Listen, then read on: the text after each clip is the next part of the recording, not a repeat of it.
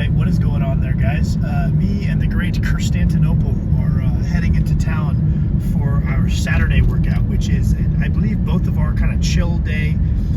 Doesn't take more than an hour and a half to get done tops, and that's with yapping to people at the gym. It's been a very kind of meat and potatoes textbook back day. Really basic stuff, just a vertical pull, a horizontal pull, a single arm horizontal pull, and then like a pull over and some biceps. 1 to 2 work sets each, just kind of depending on where my fatigue is at from the more high priority lifts during the week.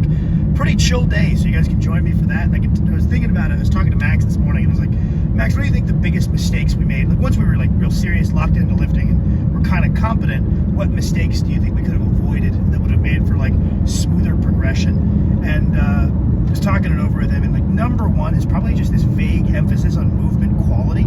I had this idea of good form, but Max has an analogy that he likes, which he says it's really tough to fix your car while you're on the highway, right? So he was always trying to simultaneously fix it while lifting really heavy. And then this idea of like general movement quality, right? And I think if I had dabbled in a little bit of Olympic weightlifting, a sport that punishes you if you try to do it and progress without movement quality, whatever that might mean specifically, I would have grasped how to improve technique faster. And then more specifically, maybe you guys will think this is interesting, is one, I wish I just learned to do a very flat back, pure hip hinge RDL, and then just been really interested in getting my like 8 RM, really developed in that, and developing the, like not even like, oh, the hamstrings are weak. Let's talk patterns, not muscles, patterns wise. I wish I had developed my hinge earlier in that pure pattern. And then the one that ties into today is I do think I undertrained my back. I was told by some people that I thought were pretty smart, that I trusted quite a bit, that they were like, oh, your lat, it's not a primary mover in the squat, bench, and deadlift. Sure, you should train it to have good, well-rounded physicality, but it can't really contribute to your like torso integrity. And there were people that I trusted, so I just kind of took it at face value. Fast forward down the line, I understand things a little bit better. Your lat is a muscle that ties in from your armpit, and the low fibers run all the way down towards your pelvis. A muscle can't push. A muscle can't push to the side. All it can do is shorten from origin to insertion. So if you imagine you took that line from your armpit to the back of your pelvis, you shortened it. Guess what that can do? It can reinforce your torso integrity. And almost thinking like Sebastian Oerev recently had a post where he was like, your lats are almost like a core muscle. Treat them as such. I'm big on training the core muscles directly, especially as a guy with a longer torso. Torso integrity is a big problem for me. I think if I had started treating my lats and giving them their own day, because I did, I spread it across the week. I did what everybody says is kind of the hypothetical optimal, where, oh, well, you really want high frequency, spread out the lats across the week. A pro split's stupid. It wasn't until, for me personally, I gave them their own day, where it's just like this day is dedicated to back accessories, that I made really good progress in catching up with a lagging muscle. And I have gotten fantastic results in my squat torso integrity, in my deadlift integrity, lots of strongman stuff. Running that back day, something I've come around to. It's something I wish I had done earlier.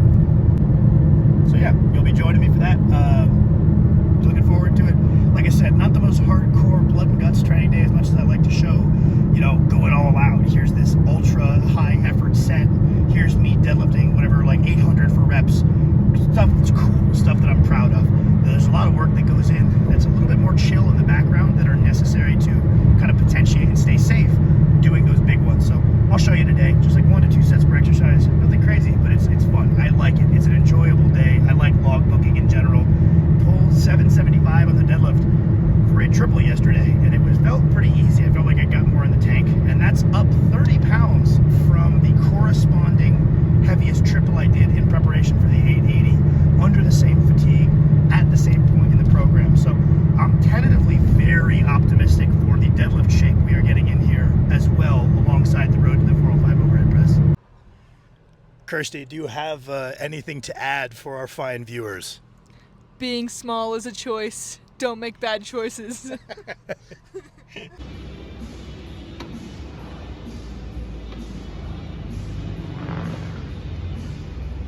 Pull-ups. Exciting stuff. I was like, I couldn't figure it out. Very nice. You got a little pull day? Yep, big old just like pull-ups, rows, single arm rows. Nice. Very like, and biceps. Like the most basic pull day you could ever come up with. It doesn't have to be complicated. It's the basics for a reason. All right, exercise 1. We're running pull-ups as the main vertical pull right now. I'm embarrassingly weak at them right now because I was running a pull-down machine as my vertical pull, and anytime I come back from machine being my primary vertical back to pull-ups, I start from scratch again. So we just got body weight and a 10-pound plate, and we're gonna try to get 10.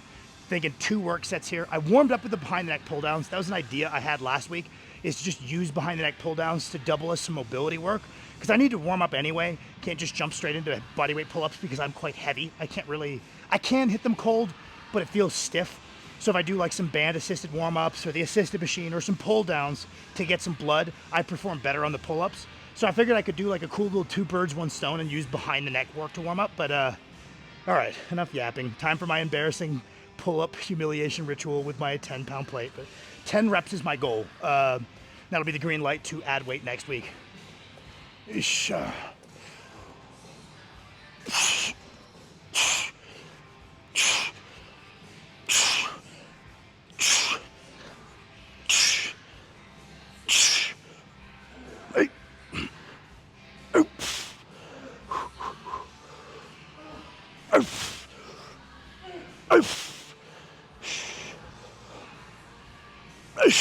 Oh, all right, not bad.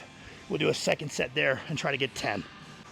All right, I added a 5 to my proverbial nutsack here. If I can get 10 here, even if the form is a little bit dicey, I'll go up again next week. Right now we're running with a 10 rep target. We might switch to an 8 rep target for a while to be like our green light to overload. Yeah, I think I could squeak out a 10 here that look big man pull-ups. Not strict pull-ups, but big man pull-ups. And then we're gonna move on to the chest support row machine I'm running. I've been wondering if I should do a non-chest supported variation, because the same thing everybody says, like, oh, you're wasting energy having to do like an isometric at your low back. It's exactly the reason I want to do that. I think that's a great training effect. Same thing with like a dumbbell row, a single arm dumbbell row. Oh, you're wasting energy having to like resist rotating at the trunk. It's exactly why I want to do it, because I think that makes you a stout motherfucker. So I've been thinking about doing a non-chest support. If I do deadlift the day before, we'll see. I'm gonna run the chest support rows for a while longer, because I don't want to fall victim to changing shit every single week. But yeah, think about like whenever those run their course, I might go to a non-chest supported variation there.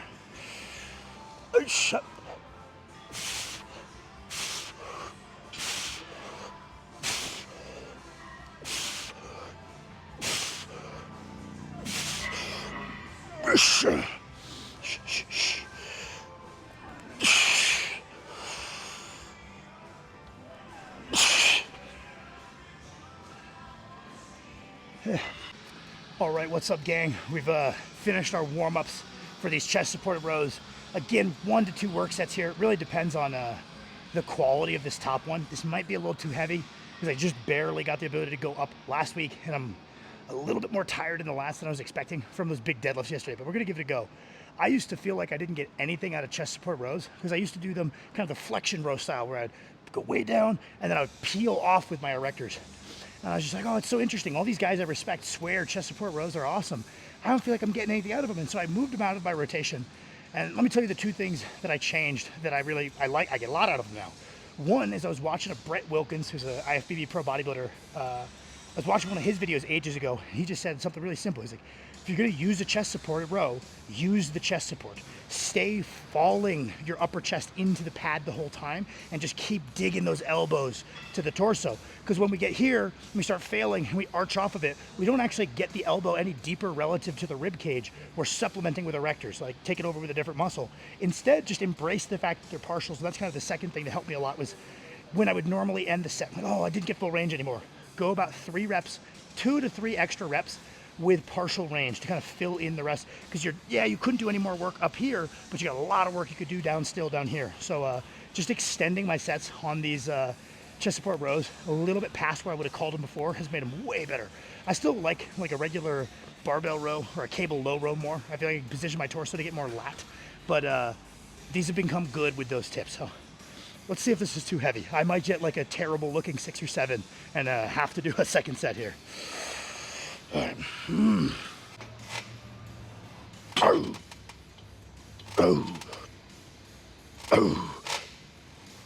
All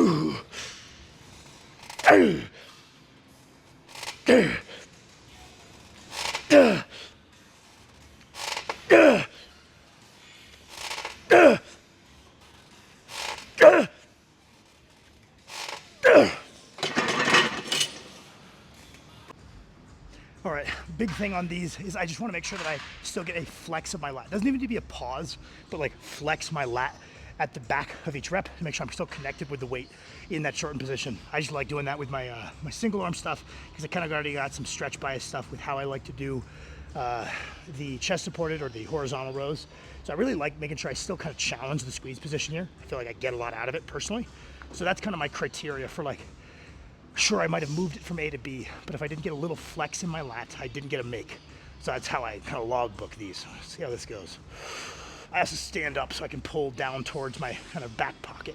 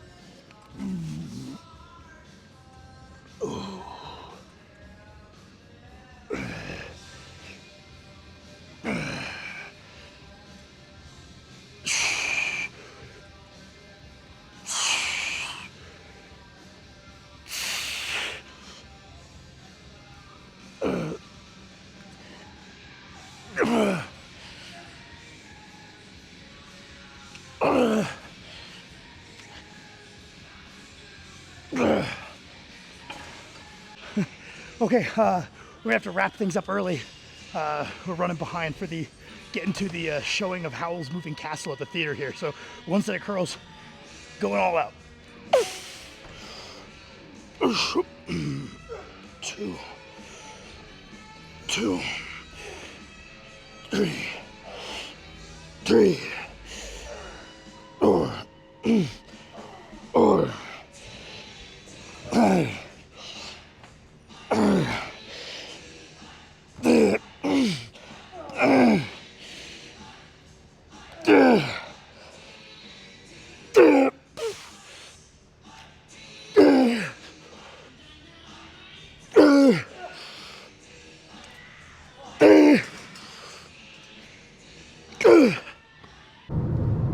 All right, sorry about the abrupt ending there. We have to get to our showing of Howl's Moving Castle.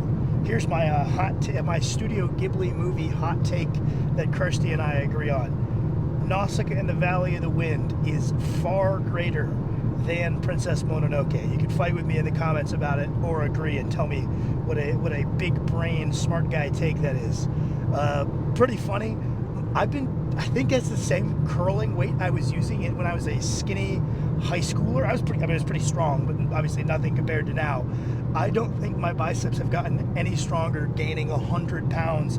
I think I remember curling like the 55s back then because I cannot get myself to train biceps regularly because I think it's no fun and it doesn't really carry over to any of the things I was working on. But we're gonna change that. I'm gonna finally get my 20-inch arms with a 600 bench, so we're working on it.